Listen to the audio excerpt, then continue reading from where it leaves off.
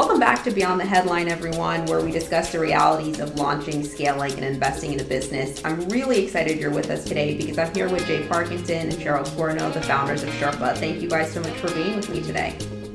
Thanks for having us.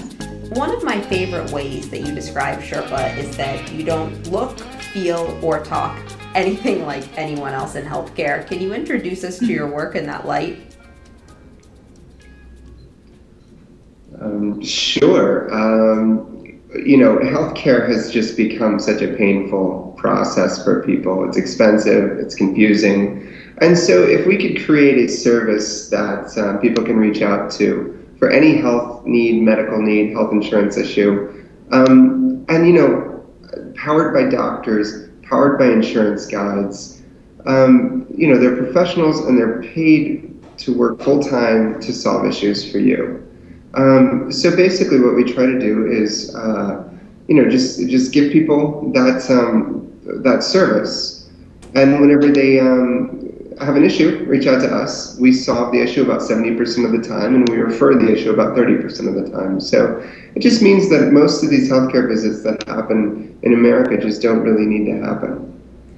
Can you give us an example of what it would be like if my company was working with Sherpaa? So let's say I work at Tumblr. I have a health issue. What's my experience going to be like? Sure. So it's super easy. You can log into the system anywhere you are 24/7. So whether you are at Tumblr at work or you're at home on your off time, you would log in, you would figure out if you have an insurance type question or a medical question, click through and really tell us what's going on. So write us a paragraph, write us a few sentences, add a photo if it's important to you or if it's necessary, and then send it off to our doctors or our insurance guides. And they would get back to you guaranteed within 2 hours, often much sooner than that. And you'd begin your communication, you'd begin your conversation where either the doctor or the insurance guide would be diagnosing what's going on and solving your problem. And so that conversation could last a couple of hours. It could also last a few days depending upon complexity and what's necessary. But it's really just this idea that when you have a problem 24/7, you have somebody to reach out to that's going to handle that problem to its end conclusion. Why was it so important for you guys to have everyone in-house? Great question. Well, our doctors, whenever they have an issue that they don't really it's not a clear answer to, they can collaborate, they can communicate with each other.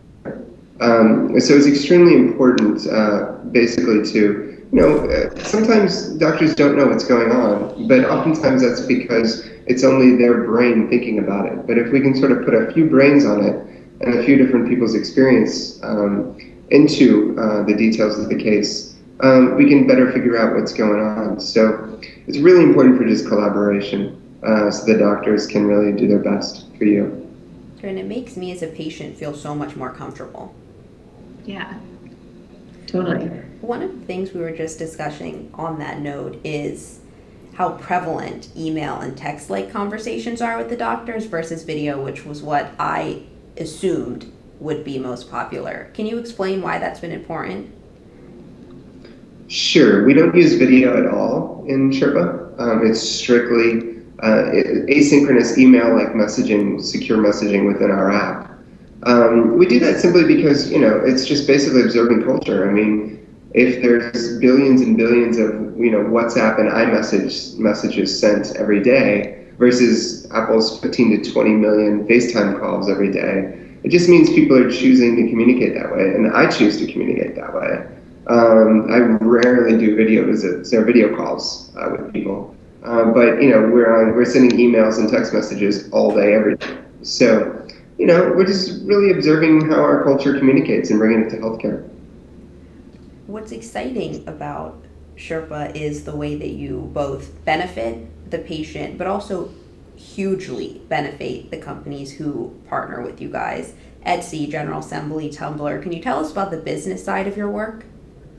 Sure. So really, we're working with forward-thinking companies. These are usually companies that are on the best places to work list, and they are very focused on employee engagement. So making sure that they are offering perks and benefits that will help them in terms of recruitment and retention of their employees and keeping their overall employee base happy. And that's really what we provide them. So when we go into a company, we know that over 60% of that population will be using Sherpaa on average 3 to 4 times in a 12-month period. So this is huge. Just by reference, other companies in the wellness telehealth space are in single digits in terms of usage. So this is not only relevant communication, like Jay had mentioned.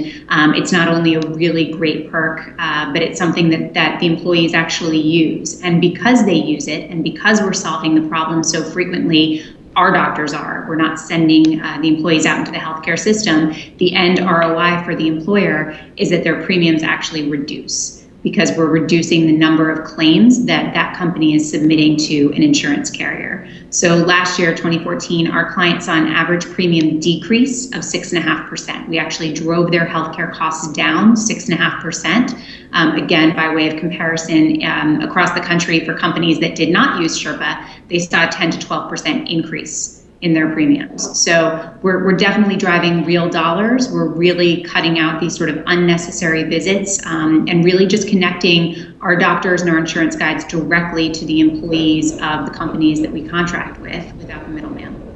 What was the experience 2 years ago when you guys were getting ready to launch of getting your first clients? Yeah, we actually launched in 2012, so it was a little over 3 years ago.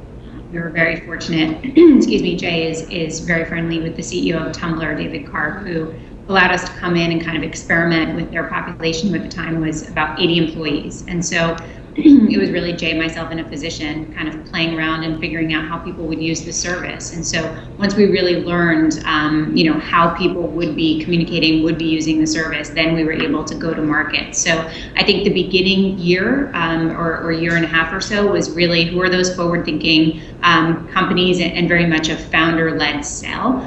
And then once we had our first full year of being able to show those premium reductions, being able to show the usage statistics, being able to show customer satisfactions, we have an over 92% satisfaction rate amongst our users, then we were able to also leverage that data to go into larger companies, more recognizable brands, et cetera. You shared that at the time when you first started working with Tumblr, it was the two of you and a physician. Now you have a team of over 30. What does that feel like? Pretty cool. It's nice. It's nice to see an idea, kind of build out, and people that work here are extremely passionate about what we're doing and about the mission. And that's really nice to see that as we grow, that passion hasn't waned, even as we've brought on, more employees, different types of employees. That passion, that mission, stays the same. Jay, one of the great insights that you shared in your TED Talk is that you've always been one to ask why. How do you... That is true. How do you guys ensure that the team that you're building now is also doing the same, also asking why to constantly improve your experience? Well, I think that's an interesting point. I think if you had a team of people that were constantly asking why, you'd sort of be at gridlock. So I think you do need that mix of sort of the dreamers and doers, and I think that's what we've done really well here. I mean, Cheryl and I are actually, I think, very good examples of Absolutely. that. We're like, I founded a company before, and the founder was almost exactly like me, and I think it's really important to have sort of opposites in many ways. Because you add the total value of what you can add as a partnership rather than just a single founder. So that's I think it's really important to have sort of both in the company. I think Jay's an awesome visionary and is constantly, I think, having everybody in the company, myself, everybody included, really asking questions around process. Why are we doing things this way? And let's really look at what we're doing. That I think is really important and has really changed the way that I think every one of our leaders in the different departments have kind of approached how they think about the company and about their employees, is always asking, why are we doing it this way? And is there a better, more efficient way to do it? And that's sort of how Jay's brain thinks, and that's what we're constantly trying to iterate on. I love that. I never thought of having that great balance between the why and the let's put it into action. Yeah. Cheryl, this year you made the shift to CEO. What's that been like from COO? Yeah, I don't think it's been tremendously different, to be honest. Jay and I just work together as a really good team. Jay has always been focused on kind of the product side of things and the physician, the medical side of things, and I've always been very focused on the operations, sales side of things, and that hasn't really changed. I think when you have a really sort of flat organization where everybody understands who's responsible for what, whose strengths are in what, and that you have good open communication, titles are relatively meaningless. That's great. One of the things that you shared in a great post, Cheryl, was not having interview bias when you're bringing people onto your team. Can you elaborate on that? Yeah, I think, it's very important for us to have a diverse culture because we want to be reflective of the organizations that we're serving and sort of the greater country at large. And I think we've done a really good job on that. Just by way of example, all of our doctors are female. We have a 100% female doctor workforce, which we didn't necessarily set out intentionally to do, but are extremely proud of. And so for us, we really just want to make sure we're trying to solve the problems around healthcare for our companies and for their employees, that we understand who those people are and that our company reflects, whom they are. So we do try to have that kind of non-biased interview process and really think more holistically about how we're growing the company and with who. You shared in that post a great insight that stayed with me, that if you're preparing for an interview and you're working on your questions, if you wouldn't ask a man that question, don't ask a woman. So one of the examples you gave is everyone said, so how are you going to manage your hours with your son? Mm-hmm. Yep. It's a silly question, I think. I think it's just a good rule of thumb, and that would go for really anything. I think just in general, you shouldn't ask somebody a question that you wouldn't feel comfortable asking anybody. I just think it's silly, and you sort of have to backtrack and say, what am I actually trying to get out of the answer here? What am I worried about? What am I concerned about? And are those real fears? So to me, that question always strikes me as, if you're questioning whether I'm a hard worker, let's have that conversation versus how am I divvying up my day? So I just think it's taking a step back and really logically thinking about why you're asking what you're asking. I love that you said that. That was a great moment when I was reading. As you focus on your culture and developing it, what are some of the traditions that make you guys love coming into the office? For me, it's really hearing the stories of, obviously in a compliant way, but hearing the stories of how we're changing people's lives. And so I think we really try to make a point, whether that's at a Monday stand-up that we do with the whole company, or at company meetings, or in emails that float around. When our insurance guides have saved, thousands of dollars for an employee, or when our doctors have really saved the day, potentially actually saved somebody's life, it's important that everybody knows that and remembers, because I think it's very easy to get into kind of tunnel vision of what you need to do that day, the next day, that month, that quarter. It's nice to take a minute and realize what we're doing is actually really mattering to the people that we're doing it for, and that's a really nice feeling. Do you guys have any favorite stories so far? Jay?